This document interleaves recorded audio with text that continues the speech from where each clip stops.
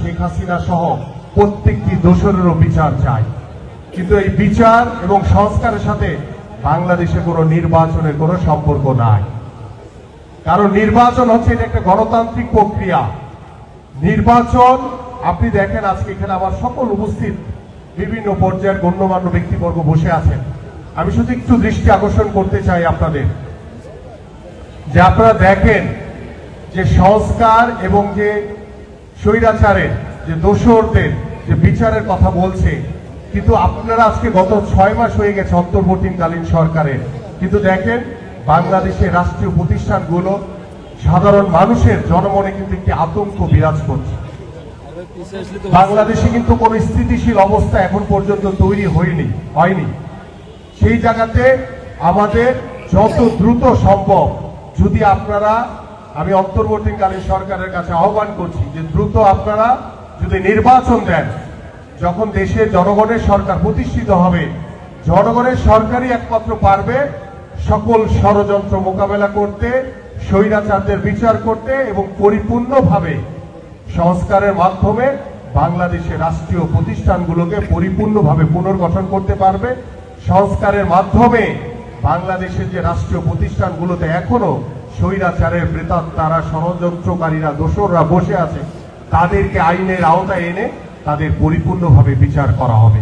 কারণ এই জনগণের সরকারই পারবে বাংলাদেশের রাষ্ট্র কাঠামোকে পরিপূর্ণভাবে মেরামত করতে, পরিপূর্ণভাবে গণতন্ত্র প্রতিষ্ঠিত করতে, পরিপূর্ণভাবে সংস্কারের মাধ্যমে বাংলাদেশকে পরিপূর্ণভাবে স্বৈরাচার মুক্ত করতে পারবে।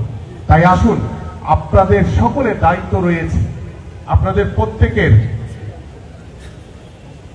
আমাদের প্রত্যেকের দায়িত্ব রয়েছে এখানে, যে আমরা এদেশের নাগরিক হিসেবে আমাদের কি করণীয় আছে, কি কর্তব্য রয়েছে, কি দায়িত্ববোধ রয়েছে। সেই দায়িত্বের জায়গা থেকে আমরা চাই ভবিষ্যতে যাতে কোনো স্বৈরাচারের জন্ম না হয়, ভবিষ্যতে যাতে বিএনপির ভারপ্রাপ্ত চেয়ারম্যান জনাব তারেক রহমানের নেতৃত্বে একটি সুস্থ ধারা রাজনৈতিক পরিবেশ আমরা তৈরি করতে পারি।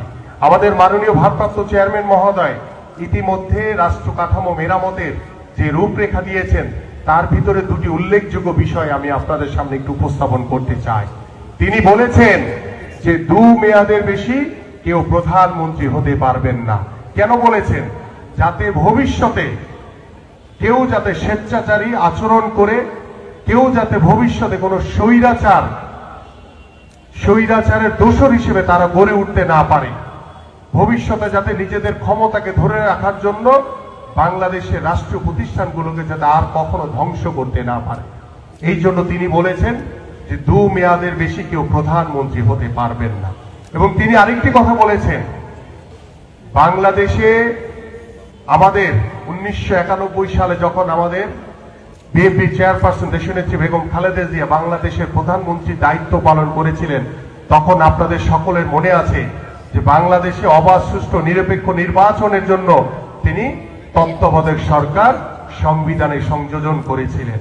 কিন্তু এই ফ্যাসিস্ট সরকার 111-এর সেই মঈনুদ্দিন ফখরুদ্দিনের আজ্ঞাবহ সরকার, তারা যখন এই স্বৈরাচার শেখ হাসিনার কাছে ক্ষমতা হস্তান্তর করলো, ঠিক তখনই এই স্বৈরাচার শেখ হাসিনা সংবিধান থেকে এই তত্ত্বাবধায়ক সরকার বাতিল করে দিল। কেন বাতিল করেছিল? কারণ তারা ভেবেছিল সারা জীবন তারা জোর করে ক্ষমতায় থাকবে, তাদের জনগণের ভোটের দরকার ছিল না। তারা রাষ্ট্রীয় প্রতিষ্ঠানগুলোকে ব্যবহার করে তারা জোর করে ক্ষমতাকে ধরে রেখেছিল, বাংলাদেশের মানুষের উপরে জুলুম নির্যাতন চালিয়ে। কিন্তু আমাদের মাননীয় ভারপ্রাপ্ত চেয়ারম্যান মহোদয় বলেছেন যে বাংলাদেশে যাতে ভবিষ্যতে প্রত্যেকটি সংসদ নির্বাচন, প্রত্যেকটি নির্বাচন যাতে অবাধ, সুষ্ঠু, নিরপেক্ষভাবে আপনারা যাতে ভোট দিতে পারেন, সেই জন্য তিনি বলেছেন যে আমরা সংবিধানে নতুন করে তত্ত্বাবধায়ক সরকার সংযোজন করা হবে, যাতে বাংলাদেশের মানুষ স্বাধীনভাবে তার মতামত প্রকাশ করতে পারে, স্বাধীনভাবে তার কথাগুলো বলতে পারে, স্বাধীনভাবে তার যে নাগরিক অধিকার সেটা পরিপূর্ণভাবে প্রয়োগ করতে পারে। এবং আমরা বিশ্বাস করি যে স্বপ্ন নিয়ে গত 17 বছর ধরে এই স্বৈরাচার শেখ হাসিনার বিরুদ্ধে আন্দোলন করেছি, সংগ্রাম করেছি, আপনাদেরকে সাথে নিয়ে, এদেশের সাধারণ মানুষকে সাথে নিয়ে আমাদের সেই স্বপ্ন পূরণের জায়গা তৈরি হয়েছে। আমরা গণতন্ত্রের দ্বার প্রান্তে রয়েছি, কিন্তু পরিপূর্ণ গণতন্ত্র এখনো প্রতিষ্ঠিত হয়নি। সেটা তখনই প্রতিষ্ঠিত হবে যখন বাংলাদেশে একটি অবাধ সুষ্ঠু নির্বাচনের মাধ্যমে জনগণের সরকার প্রতিষ্ঠিত হবে। আমরা স্বৈরাচার শেখ হাসিনা মুক্ত হয়েছি, কিন্তু পরিপূর্ণভাবে স্বৈরাচার মুক্ত হতে পারিনি।